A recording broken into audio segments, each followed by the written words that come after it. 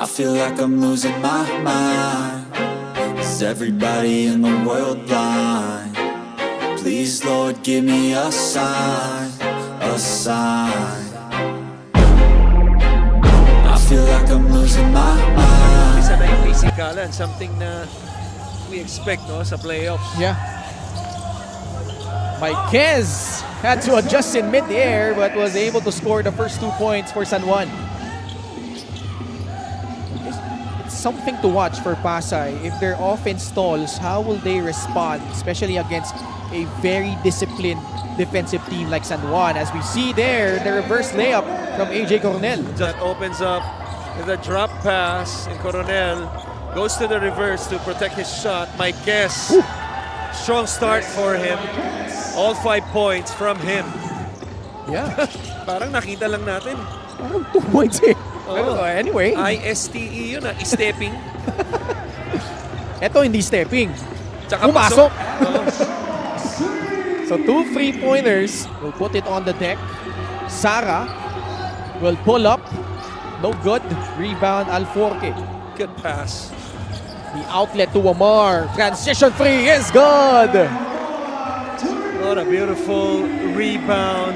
And narinig ko yung ganyang pagbabanding ng isang kupunan. Nag-ghost hunting. Kakaiba.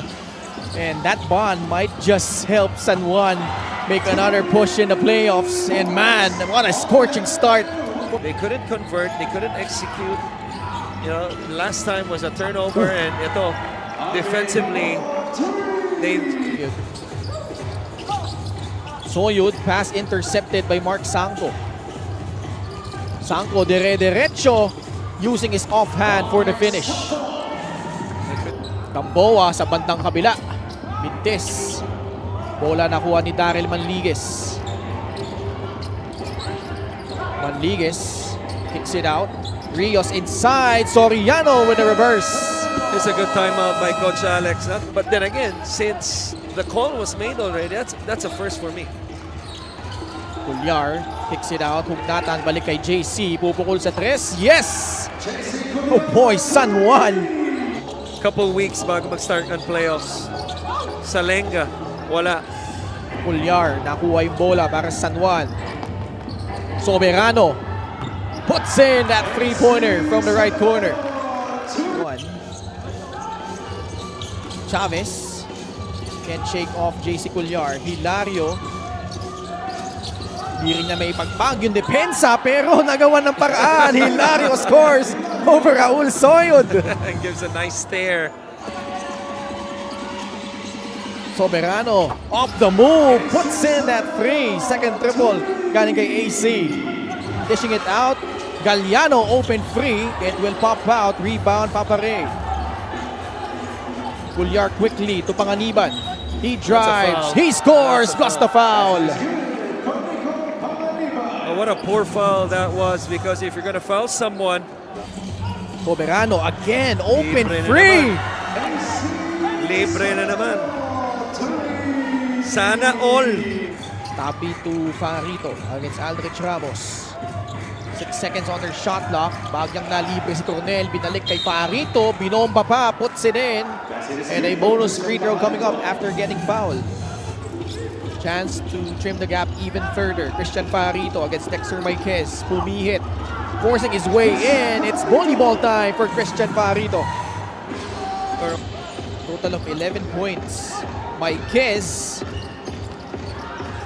Bola hindi nakuha ni Dan Sara, na kay Arvin Gamboa. Nabangga siya ni AJ Coronel. Na ipasok pa.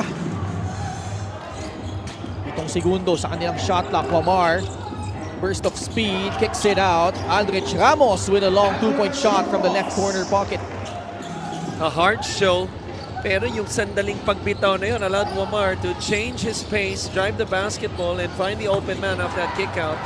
Catch and shoot para kay Jasper Salenga. Yeah. 12 pa rin ang lamang ng San Juan dito. Orlan Wamar in traffic. They swing it. Gamboa finds an opening. Sidestep beauty for Arvin Gamboa. Strike a pose! Naalala ko si Ginobili bigla. Look at this move, Ken. Dixer, great move of the game. Born for greatness. Wakalipa. Follow through pa after. Disrupt na yung ofensiba nitong San Juan. Open shot, hindi lang pumasok yung corner. Manligues! Dire-diretso. Daryl Manligues will lay it up and in with his left hand. Against Mark Sanko, two former teammates in Benil. Panganiban missing on the three. Sanko with another rebound.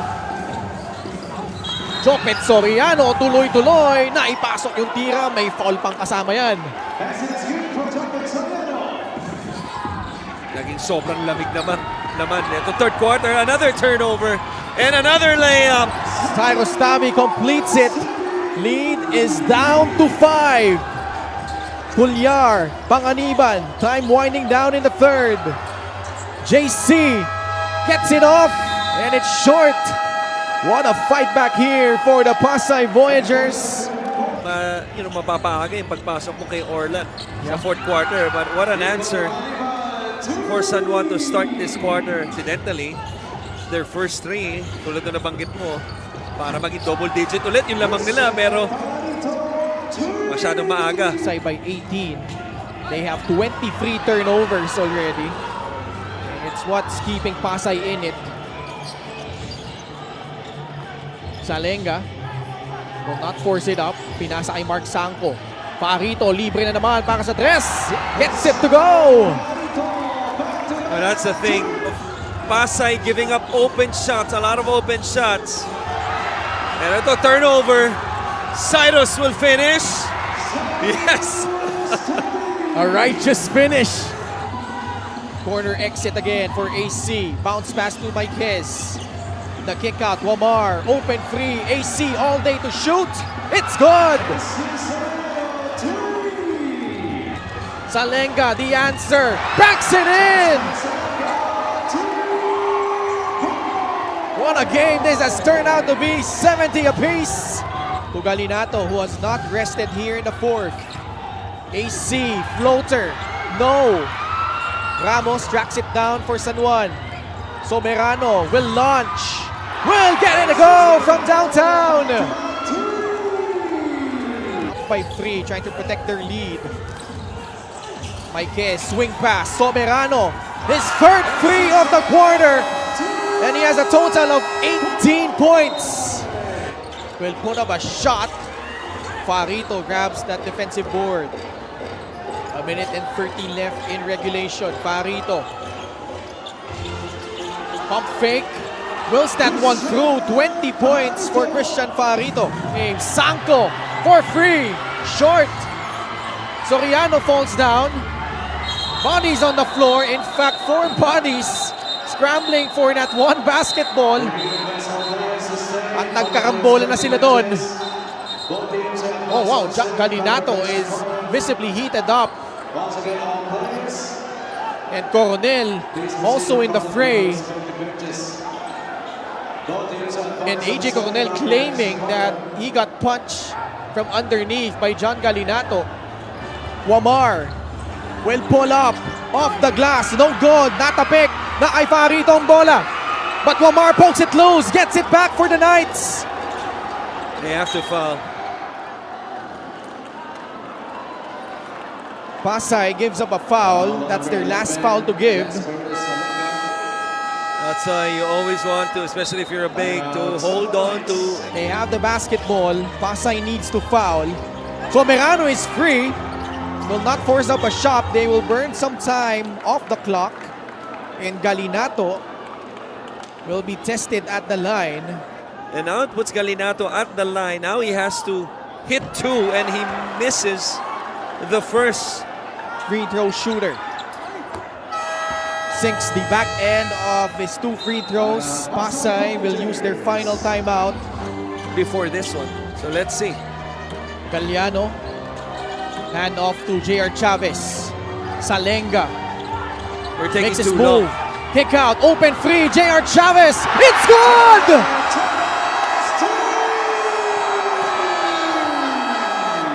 Five seconds remaining on an island against AJ Coronel. Wamar makes his move. Puts it up. No good. And we are going into OT. AC had 9 of his 18 points in the fourth quarter. Soyod is free inside. Nice feed from Orlan Wamar. Pasok ng Nueva Ecija. Nagbabago na yung birth certificate. Manligues! Dire-diretso! Ito si Darren Manligues. Probably to match up against the two guards also of Chavez Jr. and Manligues, but Soberano. He's had the hot hand. Skip past Cuellar. His turn of a three. That's Still a no shot. go. That's a shot you want to give up if you're Pasay. And here's Asay. What a pass! Manligues, the fake, the basket plus the foul. Pasay takes their first lead of the ball game. A game winner. Wamar has the basketball now. 1 second left, and Cyrus Tabi almost got it in. Not sure if it would have counted had it gone in. Tabi catches against Orlan Wamar. 7 seconds left on their shot clock. Tabi tries to wiggle free. Nice pass. Manligues for free. It's a long 2-point shot for Darren Manligues. His foot on the line. He's been in control of every possession except that one. Naagaw ni Orlan Wamar. Kick out. Soberano for the lead. It's good! AC with 8 triples for a total of 24 points. Binigay kay Josh Galliano. Kick out. Manligues had to adjust that shot, and that's gonna do it. San Juan surviving that spirited rally by the Pasay Voyagers. And they will take game number 1. But boy, if there's any indication of how this game has turned out, game number 2 will not be easy. But note here, it will be at the Philoil Eco Oil Center. San Juan will hold home court advantage against the Pasay Voyagers.